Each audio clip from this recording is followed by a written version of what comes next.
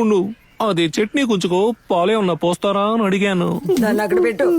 దొడ్లోకి ఏమన్నా వెళ్ళాడా అక్క? అయ్యో 2 సార్లు వెళ్ళారు. అది చావడానికి ముందా లేక చచ్చిన తర్వాత? లేదు లేదు, ఆవేశపడకక్క. చోటు మారాక నీలో ఆవేశం పెరిగిపోతుంది గానీ నువ్వు ఇటు పక్కరా, నేనే అటుపక్క వస్తానక్క.